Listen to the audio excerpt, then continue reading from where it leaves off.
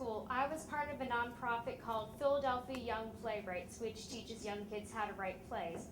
I had the opportunity to act in one of their award ceremonies, and my parents, being the supporting, generous people they were, came to see me perform, and they even bought a raffle ticket for the occasion. Despite the ridiculous odds, we ended up winning a trip for four to beautiful Italy with a week-long stay in a villa in Pisa. And as a graduation present, my parents said that I could invite any one of my friends I wanted. So I invited my best friend, Kara, who'd never set foot out, who'd only gone as far as New Jersey. When I told her, she flipped. I thought she was going to drop dead from shock right there and then, which is really weird because when we went to Italy, we almost did drop dead. When the Cieri clan landed in Italy, we got out at the Rome airport with enough time to drive to our villa in Pisa. We loaded up the car with our various bags and our clothing and a brand spanking new GPS. Dad was aching to use this GPS as soon as possible, so he figured, what better place for a test drive than an unfamiliar country with strange road names and not a lot of satellites? And at first, everything was okay. We blindly followed the instructions of the GPS and made fun of its attempts to try to pronounce Italian road names in English.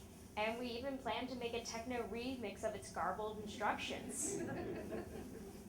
And then one of the directions sent us driving up this beautiful mountain road with burbling brooks and lined with trees.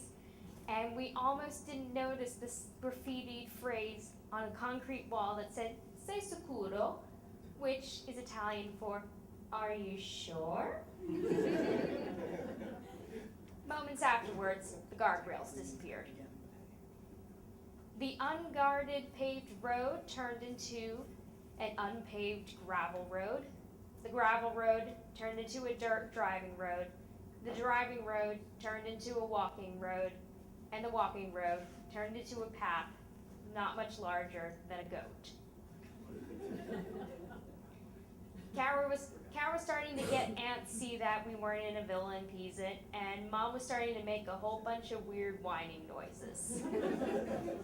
And Dad was wrangling the car like a bull to try to maneuver the increasingly steep slopes on the way up to the mountain.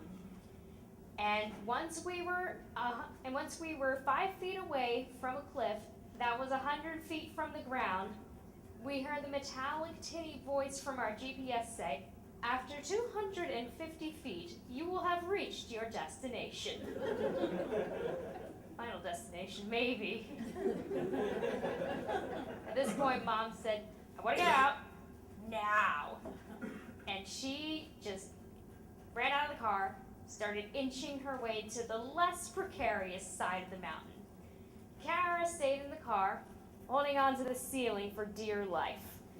I also stayed in the car, but I was in shock, so that says nothing about my bravery. And Dad began the grueling job of turning the car around. Bit by bit, nudge by nudge, he somehow managed to get the car facing down the mountain path, with a whole lot of nudging on the steering wheel, and just as many quick spasmic jerks on the gas. And as you can clearly see, we died. We actually did survive, and I managed to celebrate a birthday dinner in a beautiful villa by eating frightening-looking seafood that came from the Jurassic era.